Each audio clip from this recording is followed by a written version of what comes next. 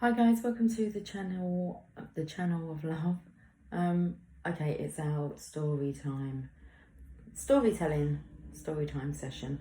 I'm going to try and finish this book off today, The Monk Who Sold His Ferrari. I'd like to just recap on the page that we was on yesterday though. Okay, so being engaged in a pursuit that truly challenges you is the surest route to personal satisfaction. But the real key to remember is that happiness is a journey, not a destination. Live for today. There will never be another one quite like it, stated Julian, his smooth hands coming together as if to give a prayer of thanks for being privy to what he had just said. Is that the principle that the path of diamonds in Yogi Raman's fable symbolises? I asked. Yes, came the... here's that word again. Succinct reply.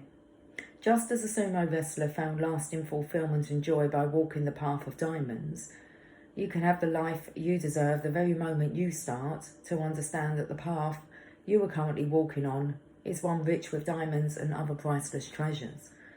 Stop spending so much time chasing life's big pleasures while you neglect the little ones. Slow down. Enjoy the beauty and sacredness of all that is around you. You owe this to yourself. Does that mean I should stop setting big goals for my future and concentrate on the present? No, replied Julian firmly. As I said earlier, goals and dreams for the future are essential elements in every truly successful life. Hope for what will appear in your future is what gets you out of bed in the morning and keeps you inspired through your days. Goals energise your life. My point is simply this: never put off happiness for the sake of achievement. Never put off the things that are important for your well-being and satisfaction to a later time. Today is the day to live fully. Not when you win the lottery or when you retire. Never put off living. Okay. So never put off the things that are important for your well-being and satisfaction to a later time. Today is the day to live fully, not when you win the lottery or when you retire. Never put off living. Julian stood up and started pacing back and forth across the living room floor like a seasoned litigator releasing his final kernels of reason in an impassioned closing argument.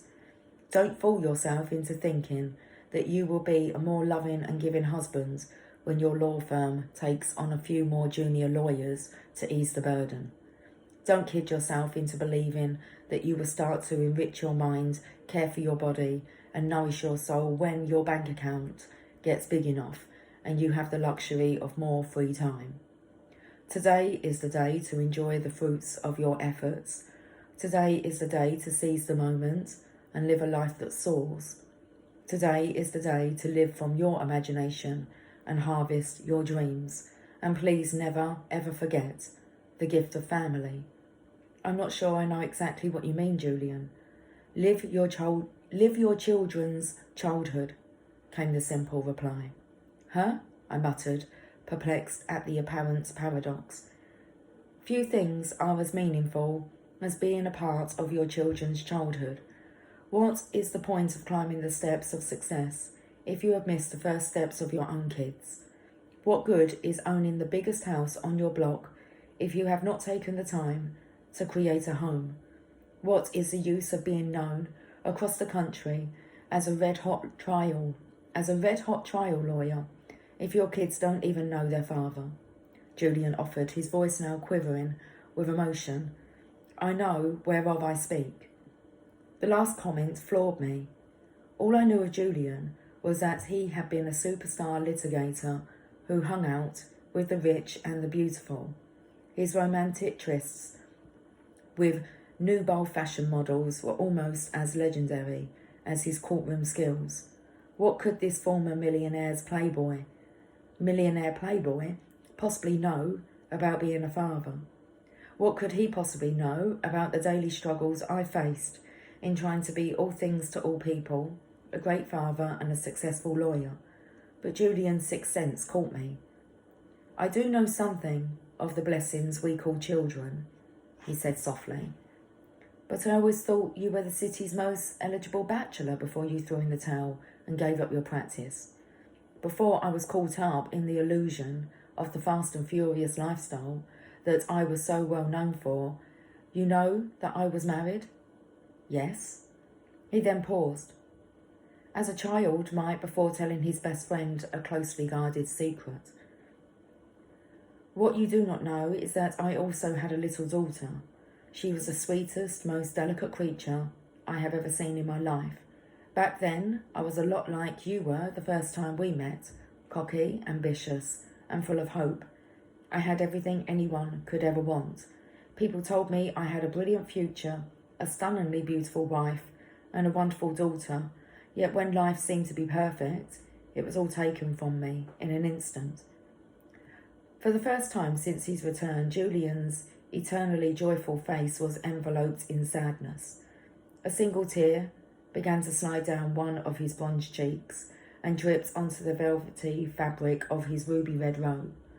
I was speechless and gripped by the revelation of my long-time friend.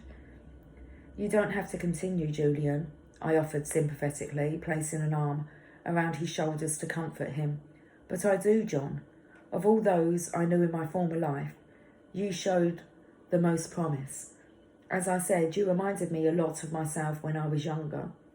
Even now you still have so much going for you. But if you keep on living the way you're living, you are headed for disaster. I came back to this place to show you that there are so many wonders waiting for you to explore, so many moments left for you to savour. The drunk driver who killed my daughter didn't take away only one precious life. On that sun-soaked October afternoon, he took two. After my daughter's passing, my life unravelled. I started spending every waking minute at the office, foolishly hoping that my legal career might be the salve for the pain of a broken heart. Sometimes I even slept on the couch in my office, dreading to return to the home where so many sweet memories had been laid to rest. And while my career did take off, my inner world was a mess. My wife, who had been my constant companion since law school, left me, citing my obsession with my work as the straw that broke the proverbial camel's back. My health deteriorated, and I spiralled into the infamous life that I was engaged in when we first met. Sure, I had everything money could possibly buy, but I sold my soul for it. I really did, Julian noted emotionally, his voice still choked up. So when you say live your children's childhood, you are basically telling me to take the time to watch them grow and flourish. That's it, isn't it? Even today, 27 years after she left us while we were driving her to her best friend's birthday party, I would give anything just to hear my daughter's giggle again, or to play hide and seek like we used to in our back garden. I would love to hold her in my arms and softly caress her golden hair. She took a piece of my heart with her when she left. And though my life has been inspired by new meaning since I found the way of enlightenment and leadership in Savannah, a day doesn't pass without me seeing the rosy face of my sweet little girl in the silent theatre of my mind. You have such great kids, John. Don't miss the forest for the trees. The best gift you could ever give your children is your love. Get to know them again. Show them that they are far more important to you than the fleeting rewards of your professional career. Pretty soon, they will be off, building lives and families of their own. Then it will be too late. The time will be gone. Julian had struck a chord deep inside of me. I guess I had known for some time that my workaholic pace was slowly but steadily loosening our family ties. But it was like a smouldering ember, burning quietly, slowly gathering its energy before revealing the full extent of its destructive potential. I knew my kids needed me, even if they might not have told me so. I needed to hear this from Julian. Time was slipping by, and they were growing up so quickly. I couldn't remember the last time my son Andy and I had stolen off early on a crisp Saturday morning to spend the day at the fishing hole his grandfather loved so much. There was a time when we would go every weekend. Now this time-honoured ritual seemed like someone else's memory. The more I thought about it, the harder it hit me.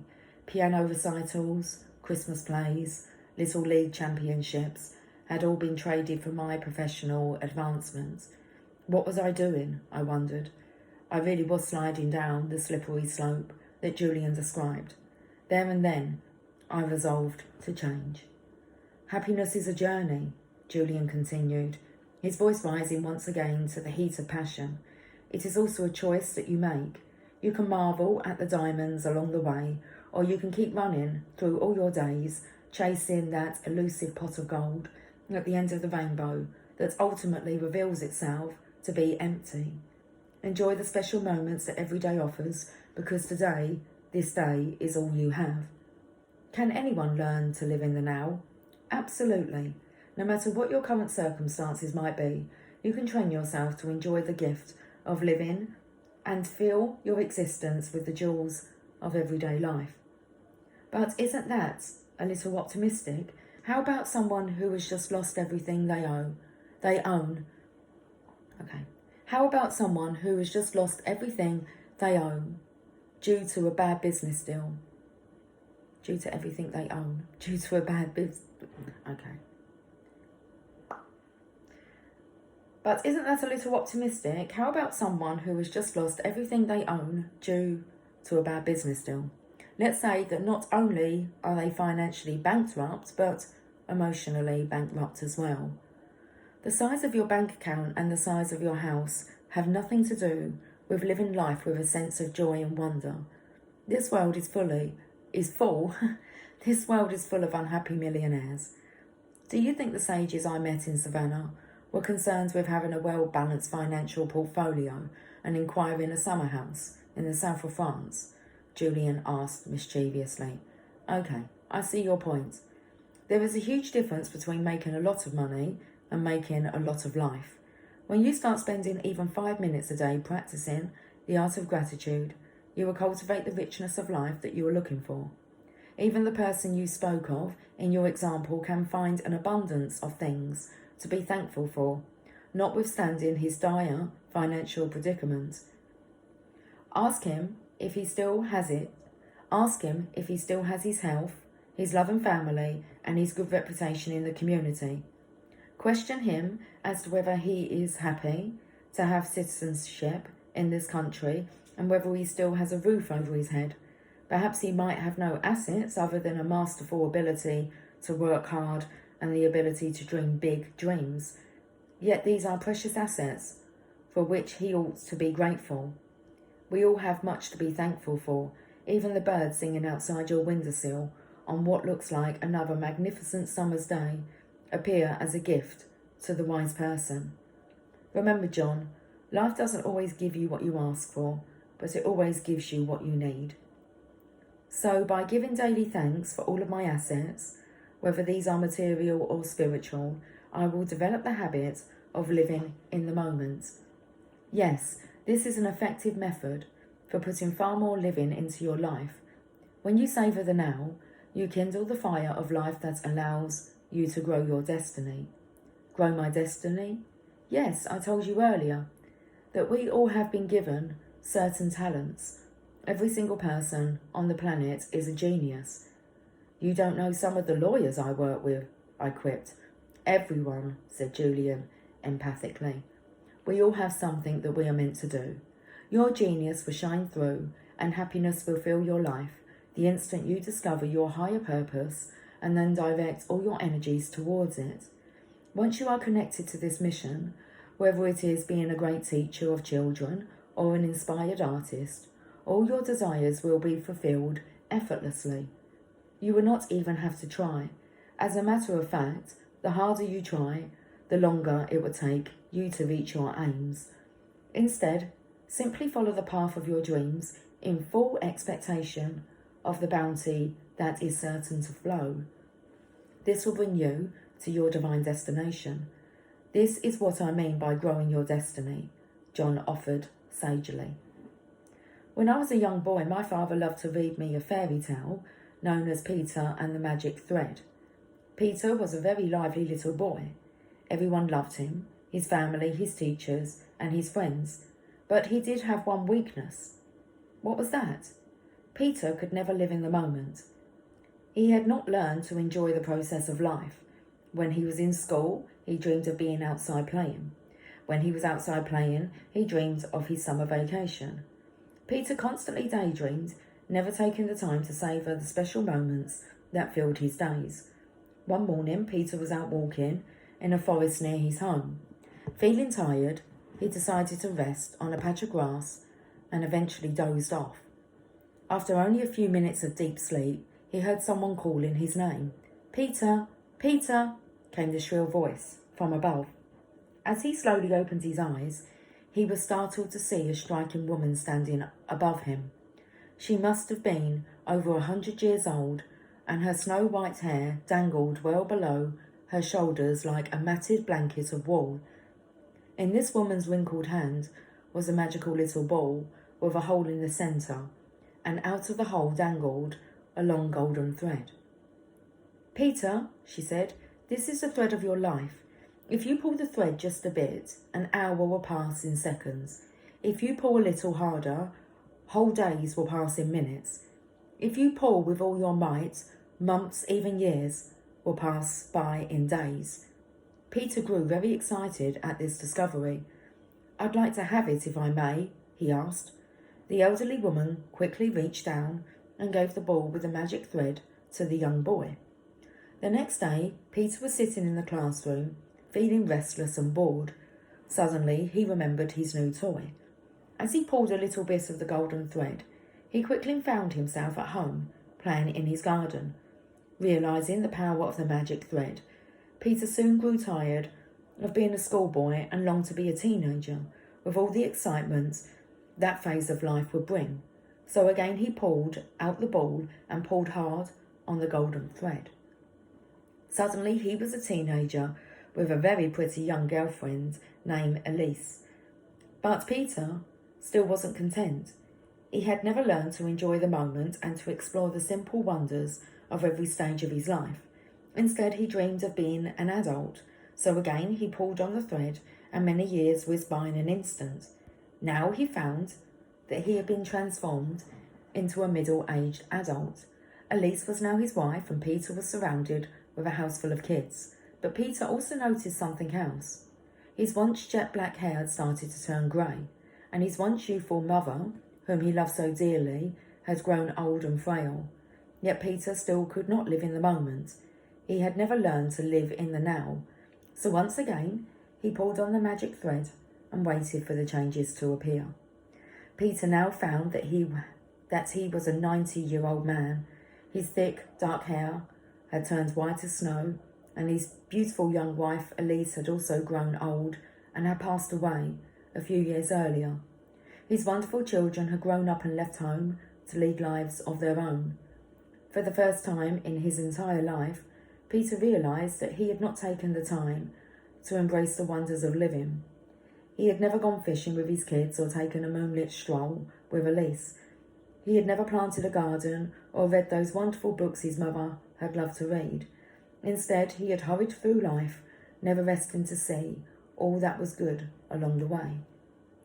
Peter became very sad at this discovery. He decided to go out to the forest where he used to walk as a boy to clear his head and warm his spirit. As he entered the forest, he noticed that the little saplings of his childhood had grown into mighty oaks. The forest itself had matured into a paradise of nature. He lay down on a small patch of grass and fell into a deep slumber. After only a minute, he heard someone calling out to him. "Peter! Peter!" cried the voice. He looked up in astonishment to see that it was none other than the old woman who had given him the ball with the magic golden thread many years earlier. "Have you enjoyed my special gift?" she asked. Peter was direct in his reply. "At first it was fun, but now I hate it. My whole life has passed before my eyes without giving me the chance to enjoy it. Sure, there would have been sad times as well as great times, but I haven't had the chance to experience either. I feel empty inside. I have missed the gift of living." "You are very ungrateful," said the old woman. "Still, I will give you one last wish." Peter thought for an instant and then answered hastily, I'd like to go back to being a schoolboy and live my life over again. He then returned to his deep sleep. Again he heard someone calling his name and opened his eyes. Who could it be this time, he wondered. When he opened his eyes, he was absolutely delighted to see his mother standing over the bedside. She looked young, healthy and radiant. Peter realised that the strange woman of the forest had indeed granted his wish, and he had returned to his former life. Hurry up, Peter, you sleep too much. Your dreams will make you late for school if you don't get up right this minute, his mother admonished. Needless to say, Peter dashed out of bed on this morning and began to live the way he had hoped. Peter went on to live a full life, one rich with many delights, joys and triumphs, but it all started when he stopped sacrificing the present for the future and began to live in the moment. Amazing story, I said softly. Unfortunately, John, the story of Peter and the magic thread is just that, a story, a fairy tale. We here in the real world will never get a second chance to live life to the fullest. Today is your chance to awaken to the gift of living before it is too late. Time really does slip through your fingers like tiny grains of sand. Let this new day be the defining moment of your life, the day that you make the decision once and for all to focus on what is truly important to you. Make the decision to spend more time with those who make your life meaningful. Revel the special moments. Revel in their power. Do the things that you have always wanted to do. Climb that mountain you have always wanted to climb, or learn to play the trumpet. Dance in the rain, or build a new business. Learn to love music, learn a new language, and rekindle the delight of your childhood. Stop putting off your happiness for the sake of achievement.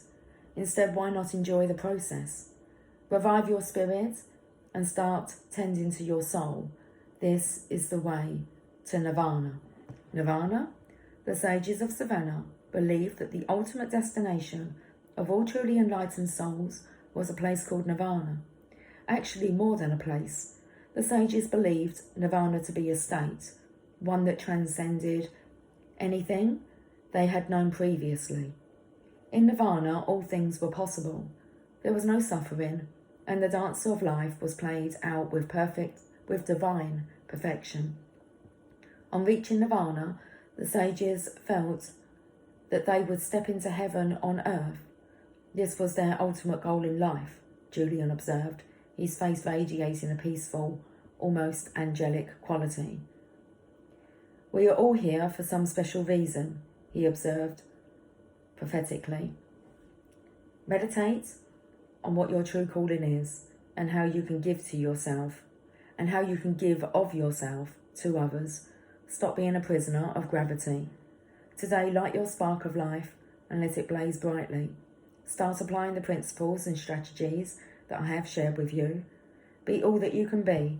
A time will come when you too will taste the fruits of that place called Nirvana. How will I know when I reach this state of enlightenment? Little hints will appear to confirm your entrance. You will start to notice the holiness in everything that is around you, the divinity of a moonbeam, the allure of a lush blue sky on a scorching summer day, the fragrant bloom of a daisy, or the laugh of a mischievous little child. Julian, I promise you that the time you have spent with me will not be in vain. I will dedicate myself to living by the wisdom of the sages of Savannah, and I will keep my promise to you by sharing all that I have learned with those who will benefit by your message. I am speaking from the heart. I give you my word. I offer sincerely, feeling the throes of emotion stirring within. Spread the rich legacy of the sages to all those around you. They will quickly benefit from this knowledge and improve the quality of their lives, just as you will improve the quality of yours. And remember, the journey is to be enjoyed. The road is just as good as the end. I let Julian continue.